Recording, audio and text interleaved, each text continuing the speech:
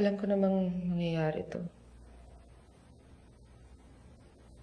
Ang dami ko lang tanong na hindi na masasagot.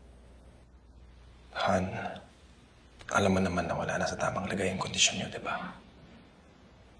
Hindi na alam ni Papa ang mga sinasabi niya. Kaya please, huwag mong dibdibin. Nung namatay si Mama, hindi ganito. Si Papa inalagaan ako. Pero ako pinabayaan ko siya. Mahiling bukal yan sa magulang.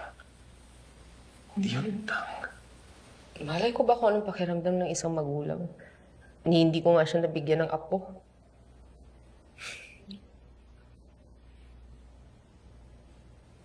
I'm sorry.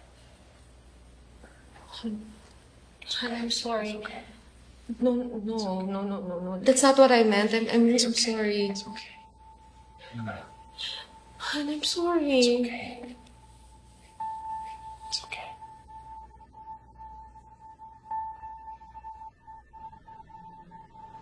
Magkasama na sila ng mama mo, Alien.